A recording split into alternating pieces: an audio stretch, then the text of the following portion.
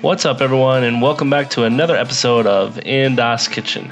This time we're doing a 27-hour sous vide and smoked brisket flat that I saw at Rayleigh's on sale and decided to grab last minute, and I'm real glad I did.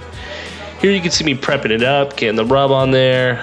This is just a Memphis barbecue rub from a local spice and tea shop called Salty, Savory, and Sweet. If you're local to the Reno area, you should go check them out. I'm not going to be trimming any more of this fat cap off because this is going to render out really well and make a lot of juice for us while it's in the sous vide. And just make sure that when you do get your rub on this, you don't just rub the top and bottom, get all the sides as well. Cool, so now it's just time to get it in the vacuum. I already got it in a vacuum bag here. Sorry I didn't zoom out for this. I thought I was zoomed out. It's all right. You guys are just going to see a little bit of the action rather than the whole thing. Basically, I just put it in a really big bag because I knew it was going to produce a lot of juice and I didn't want to have to fight with that later. And with this, it wasn't really juicy right off the bat, so you could go ahead and pull a nice tight vacuum on it.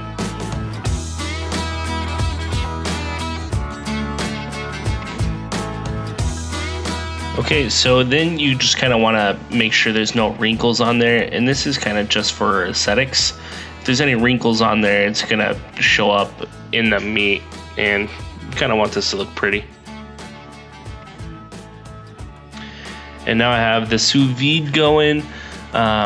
This has a lot of water in it because doing a sous vide for 24 hours is going to be some evaporation. Now I have a 12-gallon sous vide tank and a lid to mine, so I don't have to worry as much about evaporation, but it still took 30 minutes to get up to temp.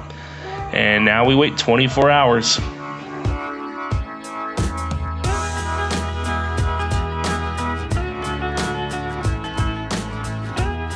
Alright guys, it's been 24 hours that this has been in the bath. We took it out and then put it in the fridge for just a couple hours to cool it down. That way when we get it onto the grill, we're not overcooking it. So the first thing we're going to want to do is just cut a little corner off this and get all this juice out of here.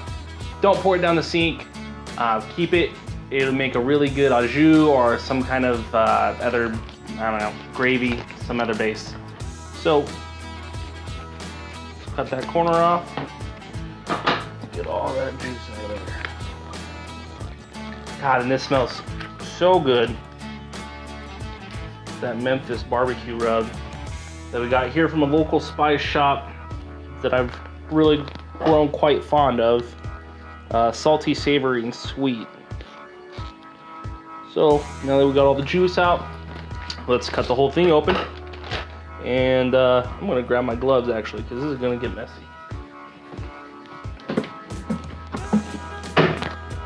Alright.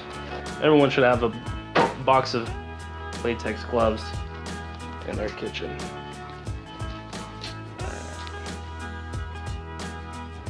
On.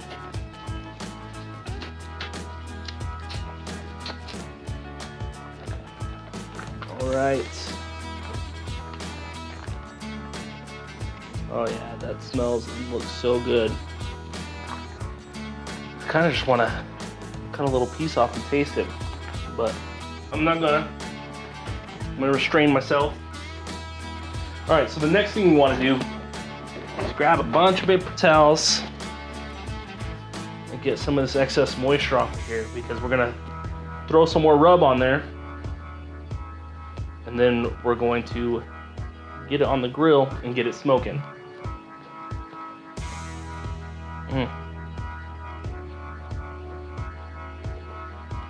All right, that's good.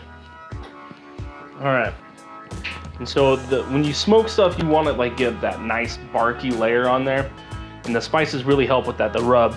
So we're gonna put another layer on there. We might even put, I don't know, one more while it cooks. You don't have to go crazy on it this time, especially because most of that flavor is already gonna be there. This part is just to create that outer crunchy layer. All right, so now we're ready to get it on the smoker. I'll take you guys out there and show you how I set mine up. I'm not a barbecue pro or anything like that, so if you have any better suggestions, let me know in the comments.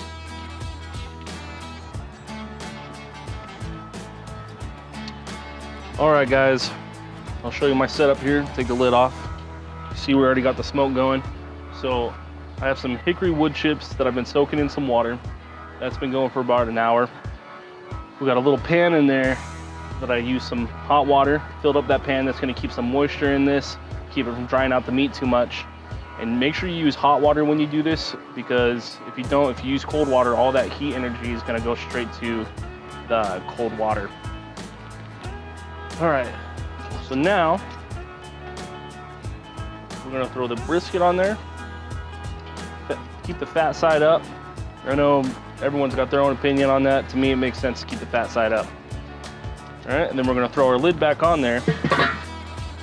And here's a little hint.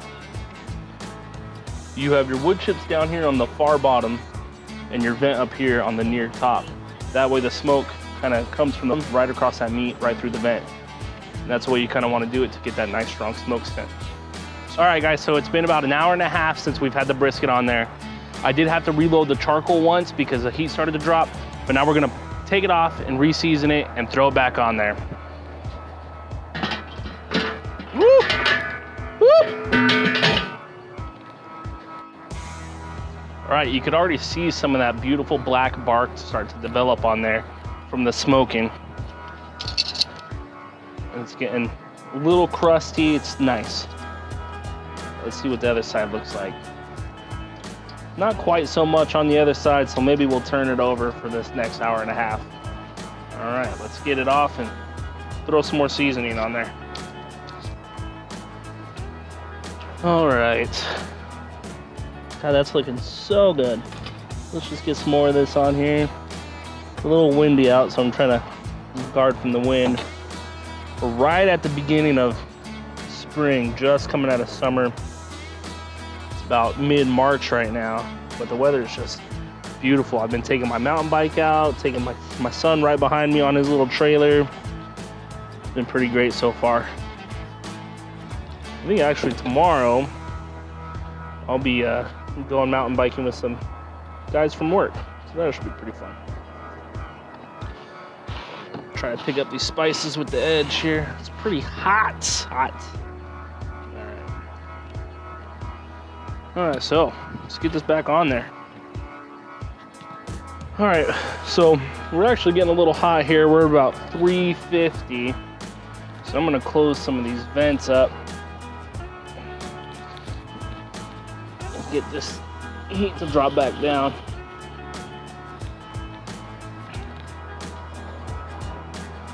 All right, and like I said, this side's looking nice and black, so we're gonna flip it over so the other side can start getting a nice smoke. There's just not quite enough room for the smoke to get under that meat, so that's how we're gonna do it. All right, another hour and a half. I'll see you guys. All right, guys, it's been 3 hours on the grill.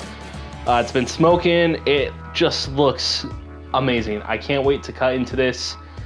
We have a total of 27 hours of cook time now.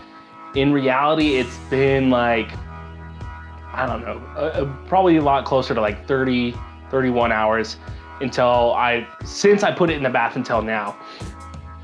It was in the fridge for a few hours to cool down before we got it smoking. So I can't wait to cut into this. It's a moment of truth. Here we go. Oh my God.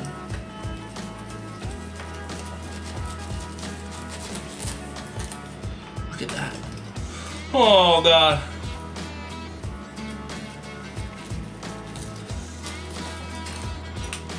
That crust is just, it's so well developed, and you don't get like that smoke ring that you get from smoking for 13 hours, but really, I'm not really convinced that contributes anything to the flavor. But God, look, it's juicy. That fat is really well rendered, and you still get like a nice bark on there from the smoke. Let's give this a taste.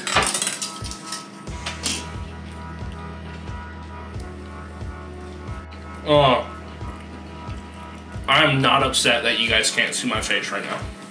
All right, it was a lot of hard work. Well, not hard work, but it was a lot of time. We had it sous vide for 24 hours. We had it smoked for 3 hours. It sat in the fridge for like 2 hours. So it's time to eat now. I don't know. We're feeling pretty good. We've been sipping on some bourbon over here. My wife is kicking lights right now. It's time to go and eat. Thanks, guys.